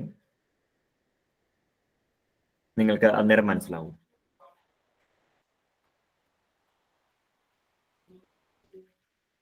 Okay, you can download it from Play Store and App Store also. IPhone use ചെയ്യുന്നവർക്കും നിങ്ങൾക്ക് അതേപോലെ ആൻഡ്രോയിഡ് യൂസ് ചെയ്യുന്നവർക്കും ഈ ആപ്പ് ഡൗൺലോഡ് ചെയ്യാവുന്നതാണ്. ക്ലാസ്സുകൾ കാണാവുന്നതാണ്.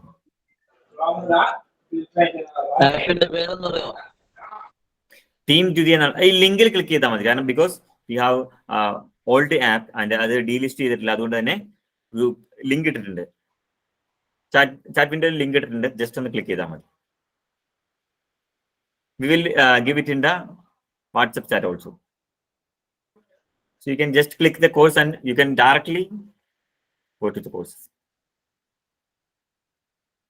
And we are following a different method of learning. Dream first, love the subject first, and start learning. നമുക്ക് ആ ഒരു ഡ്രീം ഉണ്ടെന്ന് പറയുന്ന ആ ഒരു ആഗ്രഹം നമ്മളിലോട്ട് വരണമെങ്കിൽ എന്ത് ചെയ്യണം? അതിനുവേണ്ടി നമ്മൾ തിളച്ചു മറിയുന്ന ആഗ്രഹം ഉണ്ടാക്കിയെടുക്കാൻ വേണ്ടിയിട്ടുള്ള എല്ലാ കാര്യങ്ങളും നമ്മൾ ചെയ്യുന്നുണ്ട്. അതിന് നിങ്ങൾക്ക് ഏറ്റവും ഹെൽപ്പ് ചെയ്യുന്ന രീതിയിലുള്ള മെഡിറ്റേഷൻ പോലും ചെയ്യുന്നുണ്ട്. ഓക്കെ, ഈ മെഡിറ്റേഷനിൽ പങ്കെടുക്കുന്ന വ്യക്തികളാണ് ഈ ജിംഷിത, ഹുസ്ന, അതേപോലെ ഇവരൊക്കെ പങ്കെടുക്കുന്നുണ്ട്. Early morning. അപ്പോൾ സ്റ്റാർട്ട് ഏർലി മോർണിംഗ്. രാവിലെ എഴുന്നേൽക്കണം അല്ലേ? അതിൽ നമ്മൾ പങ്കെടുക്കണം. ദെൻ അതുമാത്രമല്ല, പഠനം അതും ഉണ്ടാവും. കോൺസെപ്റ്റുകൾ നിങ്ങൾക്ക് ക്ലിയർ ആകും. അത് 100% ക്ലാരിറ്റി ഉണ്ടാവും. ദെൻ മറ്റെന്തെങ്കിലും ഡൗട്ട്സ് ഉണ്ടോ? പോളിടെക്നിക് കോളേജ് ലെക്ചറർ ആ ഒരു പോസ്റ്റ് അതൊരു ഡ്രീം ആണെങ്കിൽ തീർച്ചയായിട്ടും നിങ്ങൾ ജോയിൻ ചെയ്യാം. NVT നോൺ വെക്കേഷൻ ടീച്ചർ ഒരു ഡ്രീം ആണെങ്കിൽ തീർച്ചയായിട്ടും ജോയിൻ. പോളിടെക്നിക് കോളേജുകളെ നമ്മൾ ആദ്യമായിട്ട് കേൾക്കാണ്. അപ്പൊ പോളിടെക്നിക് കോളേജുകളെ പറ്റി ഒന്ന് പറഞ്ഞുതരുമോ? പോളിടെക്നിക് കോളേജ് ലെക്ചറർ എന്ന് പറഞ്ഞാൽ അവിടെ കൊമേഴ്സിന്റെ ഒരു സബ്ജക്റ്റ് ഉണ്ട്. മനസ്സിലായോ? സാധാരണ പോളിടെക്നിക് കോളേജുകളിൽ കൊമേഴ്സ് വിഷയങ്ങൾ പഠിപ്പിക്കാൻ കൊമേഴ്സ് ആളുകളെയാണ് എടുക്കുക. അപ്പൊ അവിടെ വളരെ ചുരുങ്ങിയ വേക്കൻസികൾ ഉണ്ടാവുള്ളൂ. ഓൾ കേരള ലെവൽ തന്നെ ഇപ്പോൾ ഒരു വേക്കൻസിയാണ് റിപ്പോർട്ട് ചെയ്യപ്പെട്ടിട്ടുള്ളത്. ഇനി അത് മാക്സിമം വരാൻ സാധ്യതയുള്ളത് പ്രീവിയസ് ആയിട്ടുള്ള വർഷങ്ങളിൽ വന്നിട്ടുള്ള 10 മുതൽ 15 വരെ വേക്കൻസികളാണ് വരാൻ സാധ്യത. അല്ലെങ്കിൽ ഒരു 15-20, മാക്സിമം 10 to 20 വേക്കൻസീസ് ആണ് വരിക. അവിടെ സാധാരണഗതിയിൽ അവിടെയുള്ള ചെറിയ 1-2 ടോപ്പിക്കുകൾ എടുക്കാൻ വേണ്ടിയിട്ട് കൊമേഴ്സ് അധ്യാപകരെ അവിടെ നിയോഗിക്കുന്നു എന്നുള്ളതാണ്. അല്ലാതെ മറ്റുള്ള കോഴ്സുകളല്ല. ഇപ്പോൾ എന്താ പറയാ, ഒരു സബ് എന്ന് പറയില്ലേ, ഇതിന് സബായിട്ട് മാത്സ് ഉണ്ട്. ഇപ്പോൾ കൊമേഴ്സിന് സബായിട്ട് ന്യൂമറിക്കൽ സ്കിൽസ് ഉണ്ട്. അതിന് മാത്സിന്റെ ടീച്ചർ വന്ന് എടുക്കില്ലേ? അങ്ങനെ ശ്രദ്ധിച്ചിട്ടുണ്ടോ? അപ്പൊ എന്ന് പറയുന്നത് പോലെ ഒരു കോഴ്സ് ഇവർക്ക് കൊമേഴ്സുകാരുടെ സബ്ജക്റ്റ്, നമുക്ക് അവിടെയുള്ള ഇതൊന്നും പഠിക്കാനില്ല. അപ്പൊ പക്ഷെ അത് പോളിടെക്നിക് കോളേജുകളിലാണ്. അതുകൊണ്ട് തന്നെ ലെക്ചറർ പോസ്റ്റിലേക്കാണ് വരുന്നത്. എനിക്ക് ഹയർ സെക്കൻഡറിനേക്കാളും ഹയർ പോസ്റ്റ് തന്നെയാണ് ഈ പോളിടെക്നിക് കോളേജ് ലെക്ചറർ എന്ന് പറയുന്ന പോസ്റ്റ്. അതിന് PG മാത്രം മതി, PG ഫസ്റ്റ് ക്ലാസ് മാത്രം മതി. നെറ്റ് വേണ്ട, B.Ed വേണ്ട, സെറ്റ് വേണ്ട, ഇതൊന്നും വേണ്ട. അങ്ങനെയും അങ്ങനെ ഒരു പോസ്റ്റ് വിളിച്ചിട്ടുണ്ടായിരുന്നു. നമുക്കൊരു 10ഓളം പോസ്റ്റ് എന്തായാലും എക്സ്പെക്ട് ചെയ്യാവുന്നതാണ്. കാരണം എക്സാം കഴിഞ്ഞ് പിന്നീടുള്ള ഒരു 3 വർഷവും കൂടി മൊത്തത്തിൽ നോക്കുമ്പോഴാണ് കേട്ടോ ഈ ഒരു 10 to 20 വേക്കൻസീസ് നമുക്ക് വരാൻ സാധ്യതകളുണ്ട് എന്ന് പറയുന്നു. ഇതാണ് അതിന്. അല്ലാതെ നമുക്ക് അവിടെ പോളിടെക്നിക്കിൽ ഒന്നും പോയി പഠിപ്പിക്കേണ്ട കാര്യമൊന്നുമില്ല. ആ കോളേജുകളിൽ അങ്ങനെ ഒരു അധ്യാപക വേക്കൻസി ഉണ്ട്. അവിടെ കറക്റ്റ് ആയിട്ടുള്ള ടോപ്പിക് ഏതാണെന്നുള്ളത് നമുക്കൊന്ന് അന്വേഷിച്ച് നോക്കാം. ഏത് ടോപ്പിക്കാണ്, ഇനി ചിലപ്പോൾ അക്കൗണ്ടൻസിന്റെ ഒരു പാർട്ടാണോ, അങ്ങനെ ചെറിയ ഇതാണുള്ളൂ. മറ്റൊന്നും നമ്മൾ അഡീഷണൽ ആയിട്ട് വേണ്ട. Okay, hope you clear that. Clear ആയത് എന്താ ഞാൻ ഉദ്ദേശിച്ചത്, കൺവേ ചെയ്യാൻ ഉദ്ദേശിച്ചെന്ന് ചോദിച്ചാല് ക്ലിയർ ആണ്. അപ്ലൈ ചെയ്തിട്ടുണ്ടായിരുന്നു അതിന് മുഹമ്മദ്? ചെയ്തിട്ടുണ്ട്. Okay, very good. നല്ല പോസ്റ്റ് ആണ് കേട്ടോ. Class is already started. Alan ചോദിച്ചു നാളെ ഈവനിങ് ആണ് സ്റ്റാർട്ട് ചെയ്യുന്നത്. നാളെ ഈവനിങ് ക്ലാസ് ഉണ്ടാവും. എല്ലാ ദിവസവും ഈവനിങ് ക്ലാസ് ഉണ്ട്. അപ്പൊ നിങ്ങൾക്ക് ഇപ്പൊ കഴിഞ്ഞിട്ടുള്ള ക്ലാസ്സുകൾ എന്ത് ചെയ്യും, നിങ്ങൾക്ക് റെക്കോർഡിംഗ് ആയിട്ട് കാണാൻ പറ്റും അറ്റ് എനി ടൈം. നിങ്ങൾ എന്ത് ചെയ്യുക, ഡെഡിക്കേറ്റീവ് ആയിട്ട് ഇരിക്കുക, കാണുക, ദാറ്റ്സ് ഓൾ. പിന്നെ ലൈവ് ക്ലാസ്സുകൾ അറ്റൻഡ് ചെയ്യുക. ലൈവ് ക്ലാസ്സുകൾ കഴിയുമ്പോൾ വീണ്ടും എന്ത് ചെയ്യും, റിപ്പീറ്റ് ചെയ്യും. You will get the net classes. നെറ്റിന്റെ ലൈവ് ക്ലാസ് ആണെന്ന് കഴിഞ്ഞാൽ നിങ്ങൾക്ക് അതിനകത്ത് ജോയിൻ ചെയ്യാം. ബിക്കോസ് എന്റെ ഒരു അഭിപ്രായത്തിൽ ഇങ്ങനെയാണ്, എല്ലാ സബ്ജക്റ്റുകളും പഠിക്കുക. ഇപ്പോഴാണ് എല്ലാ സബ്ജക്റ്റും പഠിക്കാനുള്ള അവസരം. ഇക്കണോമിക്സ് നിങ്ങൾ ഇപ്പൊ പഠിച്ചു കഴിഞ്ഞാൽ പഠിക്കും. സിലബസ് ഒന്നും ചിലപ്പോൾ എക്കണോമിക്സ് ഉണ്ടാവില്ല, അപ്പൊ നമ്മൾ എക്കണോമിക്സ് പഠിക്കില്ല. പക്ഷെ കഴിഞ്ഞ ഹയർ സെക്കൻഡറി എക്സാമിന് എന്തായിരിക്കും സംഭവിച്ചുള്ളത്, ഒത്തിരി എക്കണോമിക്സിന്റെ ക്വസ്റ്റ്യൻ വന്നിട്ടുണ്ടായിരുന്നു. അതുകൊണ്ട് തന്നെ ഒരുപാട് കേസും കാര്യങ്ങളൊക്കെ അതിന്റെ പുറകെ വന്നു. പക്ഷെ അതിലൊന്നും കാര്യമില്ല. കാരണം PSC പറയുന്ന ഒരു വാചകം ഉണ്ട് അവസാനം, നോട്ട് എന്ന് പറഞ്ഞിട്ട്. എന്താ ഈ ക്വാളിഫിക്കേഷന് ആവശ്യമായിട്ടുള്ള സബ്ജക്റ്റുകൾ എന്തൊക്കെയാണോ അതിൽ നിന്ന് എവിടുന്ന് വേണമെങ്കിലും ചോദ്യങ്ങൾ ചോദിക്കാവുന്നതാണ്, അല്ലേ? Not based on the qualification the questions may come. അതുകൊണ്ട് തന്നെ ഈ ക്വസ്റ്റ്യൻ ഇടുന്നയാൾക്ക് അറിയത്തില്ല ഇത് ഏത് എക്സാമിനുള്ളതാണ്. സിലബസ് അല്ല, സിലബസ് ഓറിയന്റ് PG ലെവലിലുള്ള ക്വസ്റ്റ്യൻ ഇട്ട് തരാനായിരിക്കും പറഞ്ഞു കൊടുക്കുന്നത്. അപ്പോൾ ആലോചിക്കും. അല്ലാതെ ഹയർ സെക്കൻഡറി അല്ലെങ്കിൽ പോളിടെക്നിക്കിന്റെ ക്വസ്റ്റ്യൻ ആണെന്ന് പറഞ്ഞിട്ടല്ല ഒരു അധ്യാപകനെ കൊണ്ട് അത് ഇട്ട് മേടിക്കാൻ സാധ്യത. അതുകൊണ്ട് തന്നെ ഏത് സബ്ജക്റ്റുകളും അതിനകത്ത് ഉൾപ്പെടാൻ സാധിക്കുന്നുണ്ട്. അതുകൊണ്ട് നമ്മളെല്ലാവരും എന്ത് ചെയ്യണം, എല്ലാ സബ്ജക്റ്റും പഠിക്കണം. സിലബസ് ഓറിയന്റഡ് ആയിട്ട് സിലബസ് വന്നതിന് ശേഷം കൃത്യമായിട്ടും പഠിക്കണം. സിലബസിന് മുന്നേ എല്ലാ സബ്ജക്റ്റുകളും പഠിച്ചു വെച്ചാൽ സിലബസ് വരുമ്പോൾ നമ്മൾ പഠിക്കാത്ത സബ്ജക്റ്റുകൾ മാത്രം എന്ത് ചെയ്താൽ മതി, പഠിച്ചാൽ മതി. നമ്മുടെ സിലബസ് ഇന്നതായിരിക്കും, സബ്ജക്റ്റീവ് ആയിരിക്കും, ഒബ്ജക്റ്റീവ് ആയിരിക്കും എന്നുള്ള കാര്യങ്ങളൊന്നും നമുക്ക് അറിയത്തില്ല. ബട്ട് എനിക്ക് തോന്നുന്നു നിങ്ങൾക്ക് എല്ലാവർക്കും അത് ചെയ്യാൻ സാധിക്കും. മറ്റെന്തെങ്കിലും സംശയങ്ങളുണ്ടോ? ലിയോ സാറിനോട് എന്തെങ്കിലും നിങ്ങൾക്ക് ചോദിക്കാനുണ്ടെങ്കിൽ തീർച്ചയായിട്ടും ചോദിക്കാവുന്നതാണ്. ലിയോ സാർ ലെഫ്റ്റ് ആയെന്ന് തോന്നുന്നു, അല്ലേ? Okay okay, anything to add? Nikhil sir എന്തെങ്കിലും ആഡ് ചെയ്യാനുണ്ടോ? എനിക്ക് നിങ്ങൾ ഇത്രയും പേര് നേരത്തെ നിന്ന ആളുകൾ എല്ലാവരും എന്താണ്, നല്ല താല്പര്യമുള്ള ആളുകളാണ്. സാറേ പറഞ്ഞോളൂ. കേൾക്കുന്നുണ്ടല്ലോ അല്ലെ? ഉണ്ട്. Okay okay, Leo sir just ഒന്ന് കോൾ ചെയ്തതാണ്. Okay okay, very good evening every one. എല്ലാവരും വളരെ പ്രതീക്ഷയായിട്ടുള്ള നിങ്ങളുടെ സ്വപ്നത്തിലേക്ക് കടക്കാനിരിക്കുന്നവരാന്ന് അറിയുന്നതിൽ വളരെ സന്തോഷമുണ്ട്. ഒരു കാര്യമാണ് എനിക്ക് തോന്നുന്നത് ലിയോ സാർ ആവർത്തിച്ച് പറഞ്ഞത്, അതിയായ ആഗ്രഹമാണ് ലിയോ സാറിനെ ഒരു HSST ഗവൺമെന്റ് സർവീസിൽ HSST ആളാക്കി മാറ്റിയത്. അപ്പൊ അതിയായ ആഗ്രഹം നിങ്ങളുടെ ഉള്ളിൽ എത്രത്തോളം ഉണ്ട്, ആ ആഗ്രഹത്തിലേക്ക് നിങ്ങൾ എത്രത്തോളം വർക്ക് ചെയ്യുന്നുണ്ട് എന്നുള്ളത്. നമ്മളെല്ലാവരും കേട്ടിട്ടുള്ള ഒരു കഥയാണ്. ഒരാള് എല്ലാ ദിവസവും ദൈവത്തിനോട് പ്രാർത്ഥിക്കും, എനിക്ക് ലോട്ടറി അടിക്കണം. വളരെ വലിയ ഭക്തനായിരുന്നു അദ്ദേഹത്തെ എന്നും ദൈവത്തിനോട് പ്രാർത്ഥിച്ചുകൊണ്ടിരിക്കും, എനിക്ക് ലോട്ടറി അടിക്കണേ എന്നുള്ളത്.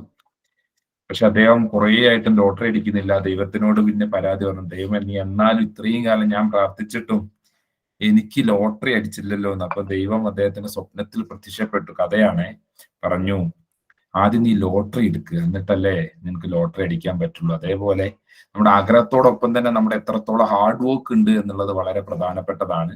ഈ ഹാർഡ് വർക്കും കൂടി ചേരുമ്പോൾ നമ്മുടെ ലക്ഷ്യത്തിലേക്ക് നമുക്ക് എത്തിച്ചേരാൻ പറ്റുമെന്നുള്ളതാണ്.